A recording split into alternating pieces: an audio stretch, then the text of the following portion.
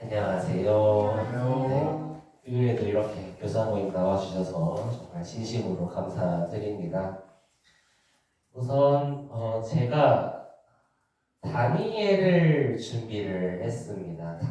원래는 다니엘을 준비를 했고 다니엘을 이제 어지간히 마무리를 했는데 제가 이제 저희 자매한테 물어봤어요.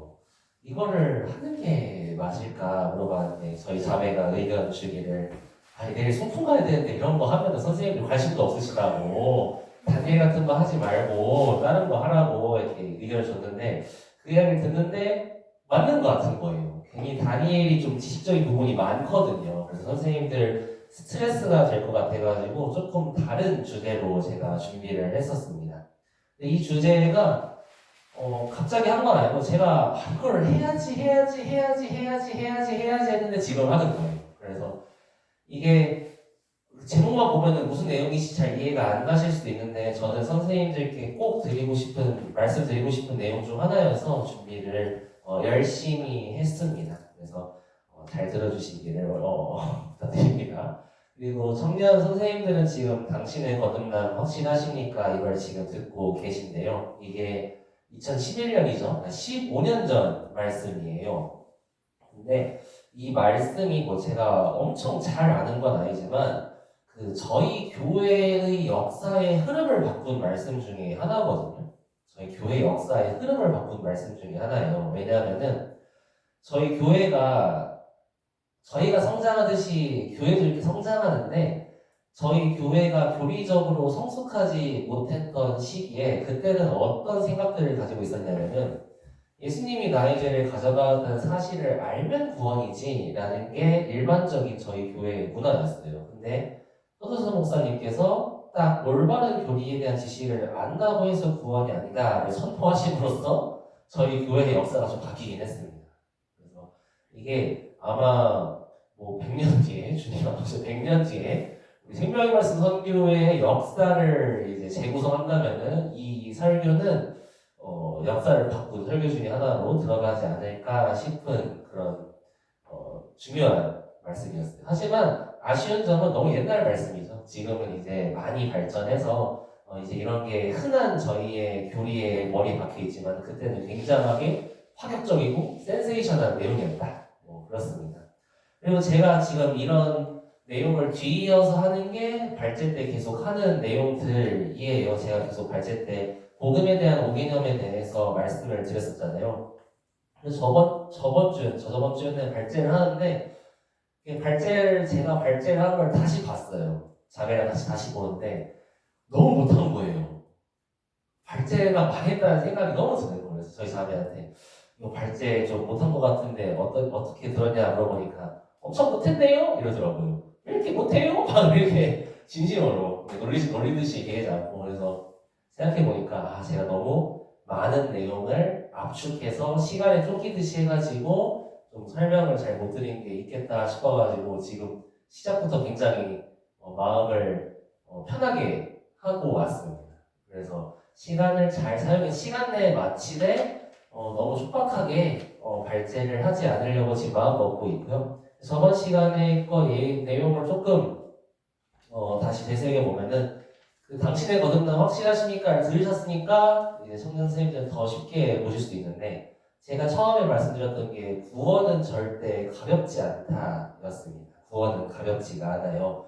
왜냐하면 예수님은 영생을 얻는 게 쉬워 보이도록 설명하신 적이 단 한 번도 없다. 거의 뭐 구원 얻는 게 불가능하게 보이시도록 말씀하셨지 절대 쉽게 얘기하시지 않았다. 그리고 우리가 죽고 나서 주님 앞에 이렇게 서게 됐을 때 어떤 경우 많은 사람들이죠. 적은 사람들이 아니고 많은 사람들이 예수님 앞에서 나는 너를 알지 못한다 라는 이야기를 듣게 된다고 성경에 적혀져 있습니다. 마태복음 7장이었죠. 근데 내가 너를 도무지 알지 못한다 이 뜻은 제가 그때 말씀드렸듯이 너는 나랑 아무런 관계가 없다 이 내용이었어요. 너는 나랑 아무런 관계가 없기 때문에 내가 너를 알지 못한다라는 의미였어요. 하나님은 우리를 알고 계시죠. 하지만은 관계가 없다라는 의미라고 썼습니다. 근데 이 이거를 수요 말씀 때 오세일 목사님이 언급하셨죠. 우선 하나님은 그거부터 따지는 거예요. 어떤 목사님 부부가 이제 전도하러 이게 나갔대요. 문을 다 이제 자물쇠로 잠궈놓고, 그리고 밤에 이제 돌아오면 집에 불이 켜 있고 세 사람이 거기서 왔다 갔다 하면서 있는 거예요. 우리 집에 어떤 사람이 와 있지? 열쇠는 우리밖에 없는데. 그 이제 문을 열고 들어왔어요. 목사님 이제 오세요. 목사님 그렇게 고생하시고 그래서 저희들이 밥도 지어놓고 청소도 해놓고 빨래도 해놓고 했어요. 그럼 목사님이 하는 말이 뭐예요? 네? 고맙습니다. 그렇게 말해요. 당신들 여기 어떻게 들어갔어? 여기 어떻게 들어갔어? 문으로 들어오지 않는 자는 절도요, 강도다 그랬어요. 아무튼 비슷한 내용을 말씀하셨는데, 저는 이거를 그때 어떻게 말씀드렸냐면은, 제가 이거 설명을 진짜 너무 못했어요. 그때 박보검 카리나로 설명드렸었는데 다시 좀 설명드려볼게요. 너무 근데 설명을 못 드렸어요. 그래서 다시 말씀드리면은, 그 박보검하고 카리나의 집에 들어갈 수 있는 사람은 누굴까? 박보검과 카리나와 관계가 있는 사람이 그 집에 들어갈 수가 있어요. 하지만 그 박보검하고 관계를 맺기 위해서 열심히 팬사인회에 가고 팬들의 팬클럽 회장이 됐어요. 그럼 팬클럽 회장은 박보검 집에 들어갈 수 있나요? 없어요. 그러니까 제가 드리고 싶은 말씀은, 예수님과 관계를 맺을 수 있어요. 근데 그 관계가 예수님하고 나와 올바른 관계, 즉 박보검과의 가족 관계라든지 아니면 박보검이 초대한 관계라든지 그런 올바른 관계여야지 박보검 집에 들어갈 수가 있는 거지, 예수님도 마찬가지로 예수님과 올바른 관계를 맺어야지만 예수님의 집인 하나님 나라에 들어갈 수 있다. 이게 저희 초점이었던 겁니다. 그러면은 예수님과 나는 어떤 관계여야 되냐 였던 거죠. 이게 저희의 가장 중요한 문제였던 거예요. 예수님과 나는 어떤 관계여야 하나님 나라에 들어갈 수 있는가? 제가 그때 제시했던 것은 바로 주인과 노예의 관계였습니다. 아버지와 아들도 아니고 친구도 아니고 신랑과 신부도 아니고 주님과 내가 첫 번째로 맺는 가장 중요하고 기초적이고 근본적인 관계는 주인과 노예의 관계다라고 말씀드렸었습니다. 그래서 그거를 논증하느라 30분을 보냈었고 충분히 이해하셨을 거라고 생각이 들어요. 그래서 제가 이 내용을 제시하고 마무리했었습니다. 복음은 예수님의 노예로의 초점이다. 그러니까 내가 예수님의 노예가 아니라면은 나는 구원받은 사람이 아니라는 거고, 내가 기꺼이 내가 마귀의 종이다가 세상의 종이다가 죄의 종이다가 내가 마땅히 예수님의 종, 의의 종, 그리고 주님의 종이 되기로 결정했다는 이 자체가 구원이다라는 그 구원의 좀 죄사함과는 다른 측면을 말씀드렸던 것 같아요. 이게 핵심이었던 겁니다. 그래서 이거를 적용하면은 교회에 열심히 다니다가 지금 세상 밖에 나간 사람은 요 명제에 적용이 안 되는 거죠. 왜냐하면은 노예만 구원을 받은 건데, 그래서 이걸 적용해보면은 그 구원 받은 사람과 구원을 받지 않은 사람을 분별하기가 쉽다라는 겁니다. 교회 안에 있지만 자기 마음대로 선택하는 사람, 이거는 주님의 노예가 아니죠. 그렇죠? 그러니까 이런 것도 분별하기가 쉬워진다라고 말씀드렸던 것 같아요. 이게 복습한 거였습니다. 그리고 이거 설명하려고 30분을 보냈는데 너무 설명을 너무 못해가지고 아쉬움이 남아가지고 10분을 할애했습니다. 죄송합니다. 자, 오늘 주제는 이건데요. 지금 목표가 좀 어려워요, 내용이. 근데 이 발제가 끝나고 나면은 이 목표를 이해하게 되실 거라고 저는 생각합니다. 수업을 준비할 때, 즉 공과를 준비할 때, 분반을 준비할 때 아이들에게 어떤 가치관을 남길 것인지 생각해요 라고 제가 목표를 제시했습니다. 지금은 좀 되게 추상적이고 두루뭉실한데 끝날 때는 반드시 이해하실 거라고 제가 생각합니다.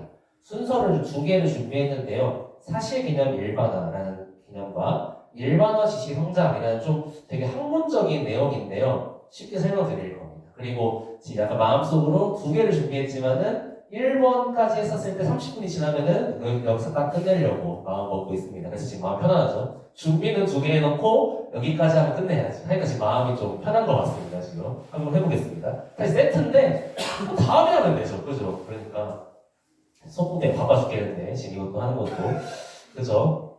근데 이제 저희 자매가 그래서 소풍 때 바빠 죽겠는데 발제좀 안 하면 안 돼요? 그랬는데 다들 꼰대여가지고 우리가 소풍 가려고 교수하는 게 아니지 않냐. 우리는 소풍 가려고 하는 게 아니고 마음을 모으는, 그러니까 말씀으로 마음을 모으는 게 중요한 거라 난 이걸 포기할 수가 없다 그랬더니 저희 자매 순수하게 그건 맞지? 이러고 말더라고요. 그래서 좀 짧게 하려고 가볍게 준비했습니다.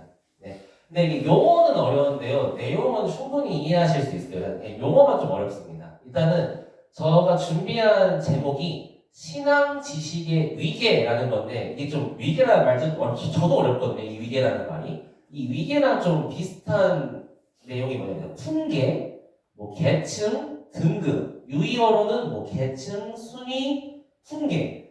그 이미지로 보면은 이런 피라미드 구조가 나와요. 이게 위계라는 건데 뭐 위계 구조라고 하죠. 이런 사회 시간 배우실 수 있는 뭐 수평형 구조, 뭐 피라미드형 위계 구조 해가지고 뭐 그런 거 배우셨을 수도 있을 것 같은데, 근데 이게 지식에도 이거 보여드릴게요. 지식에도 있잖아요. 이게 사실 제가 이거를 왜 어떻게 준비한 거냐면 제가 임용고시 준비하다가 이걸 배워요. 이걸 배우는데 제가 딴 생각을 하다가 이거 신앙생활에 적용되는데 해가지고 가지고 온 거거든요. 그래서 이거는 신앙생활에 적용하기 너무 좋은 주제여서 제가 언젠간 해야지 했어요. 어렵진 않습니다. 이게 쉽게 말씀드리면은 이걸로 왼쪽 걸로 설명을 드릴게요.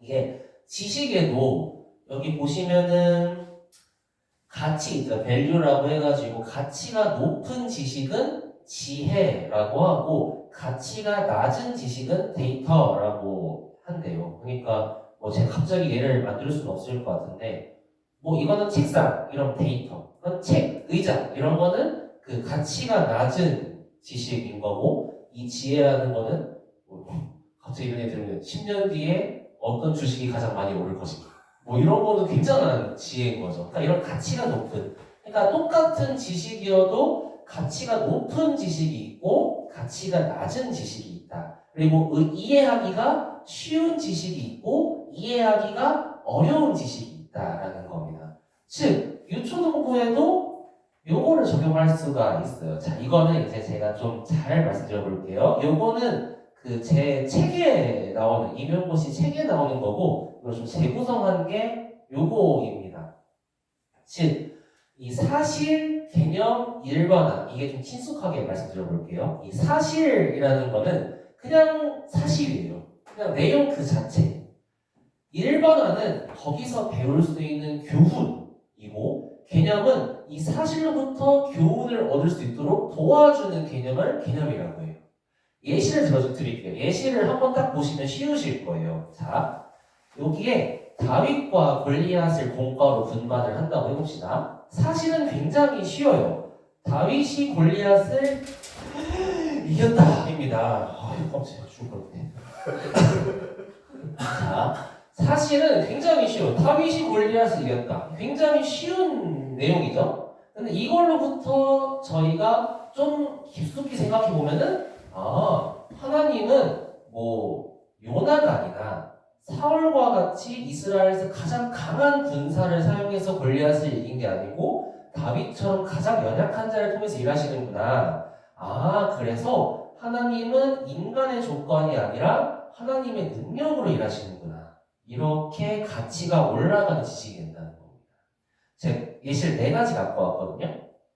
다니엘 한 친구, 내일 모레의 주제잖아요. 여기도 굉장히 간단한 사실이 있어요. 다니엘의 친구들이 풀무불에 들어갔다가 살아났다.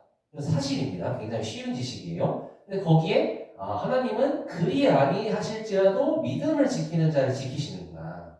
일반화는 교훈이죠. 결과와 상관없이 하나님을 선택하는 믿음은 결코 헛되지 않다. 이 겁니다. 좀 더 보여드릴게요. 다니엘과 사자굴, 내일 모레, 다음 주 못 가죠. 다니엘 사자굴 던져졌지만 보호받았다. 이거는 뭐 동화책에 나오는 굉장히 쉬운 데이터입니다.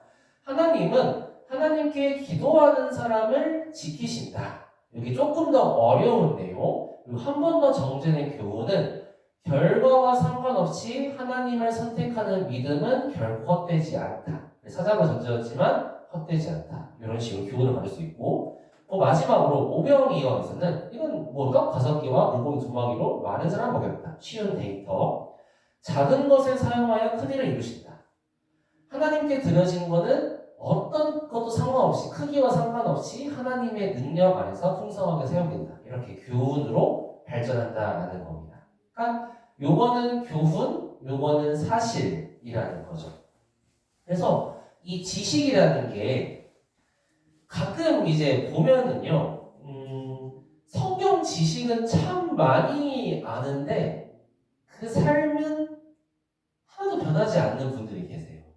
그러니까 성경 퀴즈만 내면은 다 맞추는데 그 삶은 전혀 성경스럽지 않은 것. 그게 왜 그러냐면은 그 성경 퀴즈에 나오는 사실들은 참 많이 아는데 이사야의 아들의 이름부터 해가지고 별 퀴즈는 다 맞추는데 이런 교훈이 내 삶 속에 없으면은 그 삶은 변하지 않는다라는 거예요. 그래서 요거를 조금 이제 적용시켜 보면은 이렇게 3단계로 구분을 했습니다. 사실이라는 거는 그냥 단순한 정보, 그러니까 기억하는 성경 퀴즈 같은 지식을 사실이라고 해요. 일반화는요, 그 사람을 행동하게 만드는 지식이에요. 행동하게 만드는 지식. 그 사람의 일반화라는 게 다른 말로는 법칙이라고도 하거든요. 법칙. 그 사람에게 해당하는 법칙 또는 그 사람의 가치관이라고도 합니다. 그러니까 그 사람을 행동하게 만드는 지식을 일반화적 지식이라고 해요. 그리고 그 사람을 행동하게 만들기 위해서 이 사실적 지식을 바탕으로 논리적으로 다리 역할을 해주는, 즉 이해하게 해주는 지식을 개념적 지식이라고 합니다. 그래서 아까 말씀드렸듯이 이런 3단계의 지식의 등급, 지식의 위계, 지식의 풍계, 지식의 계층이 있어요. 그래서 저희는 무엇을 가르쳐야 되냐면은, 우리가 다니엘의 새 친구를 가르친다고 했었을 때, 그 다니엘의 새 친구의 이름을 외우게 한다든가, 사드락, 메삭, 아벤느고, 이런 거 외우게 하는 거 좋습니다. 하지만은, 저희 공과 교사나 분반 교사들이 해야 하는 역할은 뭐냐면요. 그 사실을 바탕으로 아이들이 혼자서는 얻기 힘든 교훈을 잘 소화시켜서 제시해야 된다는 거예요. 왜냐하면은 이게 더 수준이 높은 지식이니까요. 그럼 여기서 오해를 하세요. 그러면은 이 사실적 지식은 단순한 데이터, 성경에 나와 있는 단순한 데이터들은 의미가 없는 거냐? 아니에요. 저학년일수록 이런 단순한 사실들, 그러니까 성경을 동화처럼 얘기해서 아담과 하와가 선악과를 먹었어요. 노뱀을 들었어요. 이런 단순한 사실적 지식은 나이가 어릴수록 이쪽에 비중을 많이 하고 이쪽에 비중을 적게 하는 겁니다. 우리 교회의 주일 설교는 이 사실적 지식이 굉장히 비중이 적고 이 교훈적 지식만 굉장히 내용이 강대해요. 그래서 제시하는 게 이런 거잖아요. 교회를 절대 떠나서는 안 된다. 교회의 성도들과는 사이좋게 지내야 된다. 이런 게 다 이런 사실적 지식이 아니고 다 일반화된 가치관과 교훈적 지식들이에요. 그러니까 주일 말씀에서는 이런 것들을 제공하는 거죠. 계속. 굉장히 수준 높은 설교를 하는 겁니다. 근데 이건 딴 길로 세는 건데 요것만 제공하면 또 안 돼요. 왜냐하면은 이것만 제공하면은 그럼 물어보죠. 교회를 왜 떠나면 안 돼요? 주님만 떠나면 안 되는 거 아니에요? 주님만 안 떠나면 되는 거 아니에요? 하면은 하게 되는 거죠. 왜냐하면은 여기를 이어주는 그 논리가 부족하기 때문인 거예요. 그러니까 사실적 개념을 바탕으로 개념과 일반화가 골고루 이루어져야지 이 내용을 제시했을 때 논리적으로 제시하고 예시도 들 수 있는 거죠. 아무튼 이런 지식의 구조가 신앙 지식에도 적용이 된다라는 거예요. 근데 제가 아까 사실 개념 일반화했죠. 그리스도인들한테도 사실적 지식이 있고 보통 사람들한테 사실적 제일 밑단계의 지식이 있는데요. 자, 이 사실적 지식은요. 그 사람의 행동을 변화시키진 않아요. 예를 들어서 구원받지 않은 사람도 성경이 66권이다. 알 수 있어요. 뭐 구원받지 않은 사람도 최초의 인류는 아담이다. 알 수 있습니다. 그리고 심지어는 예수님께서 모든 사람, 모든 인류의 죄를 대속하기 위해 십자가에 달리셨다라는 것도 구원받지 않은 사람들한테는 사실적 지식일 수 있어요.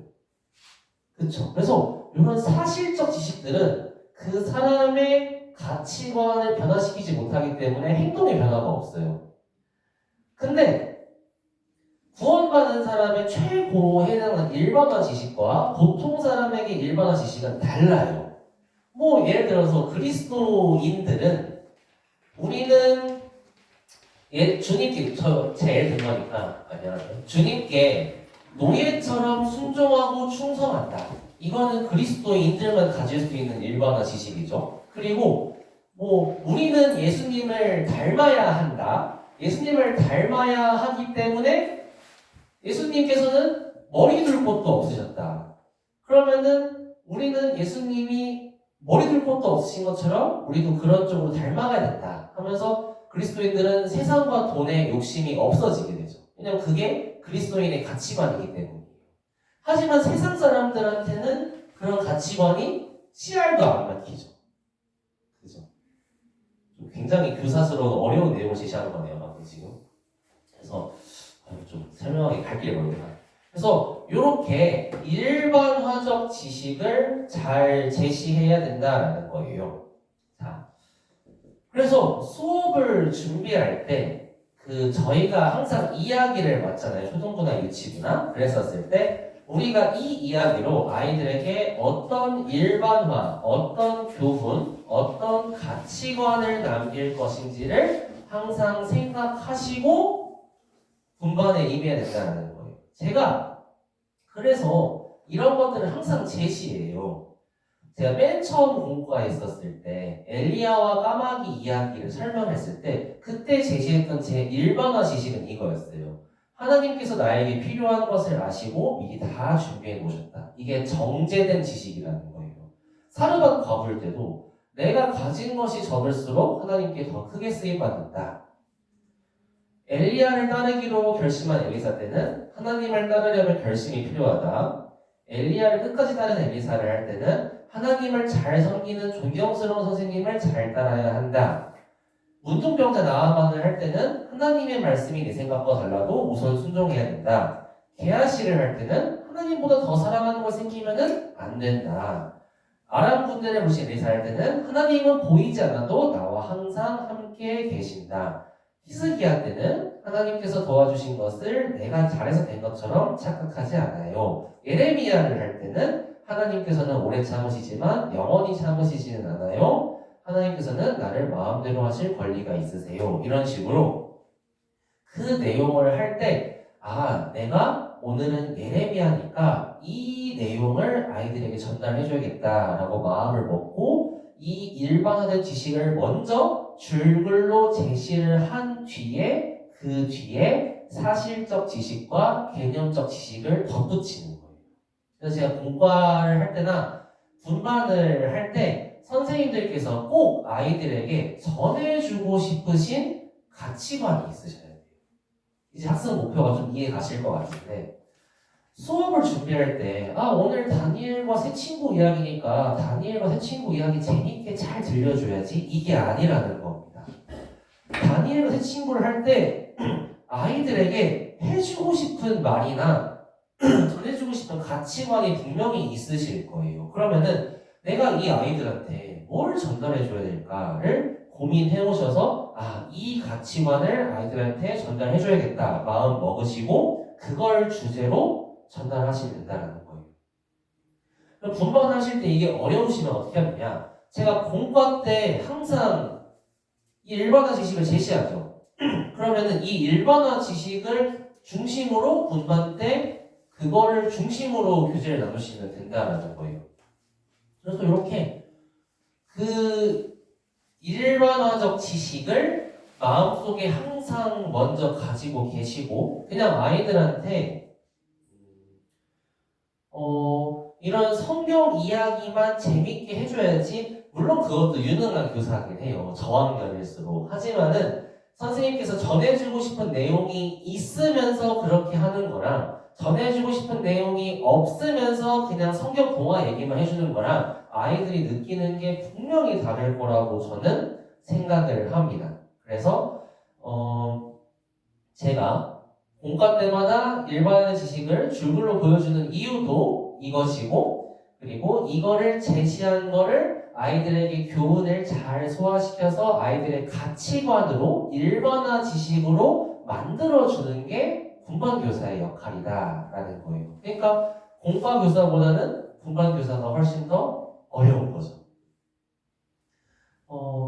그래서 이 일반화된 지식 있잖아요. 이 일반화된 지식을 특히 이 복음이 있잖아요.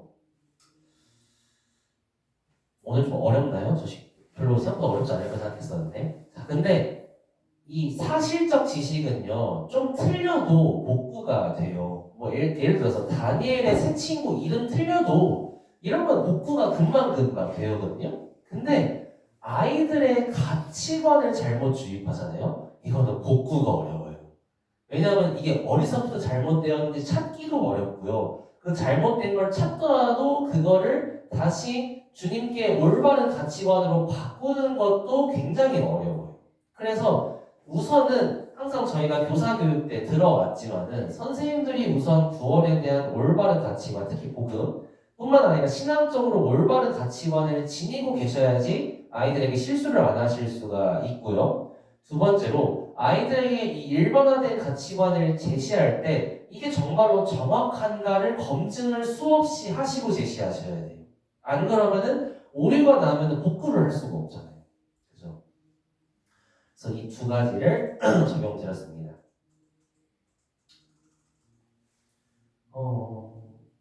이거는요. 저는 서론만 말씀드리고 끝내겠습니다. 근데 이 일반화 지식도 있잖아요. 성장하거든요. 이 지식이 성장을 해요.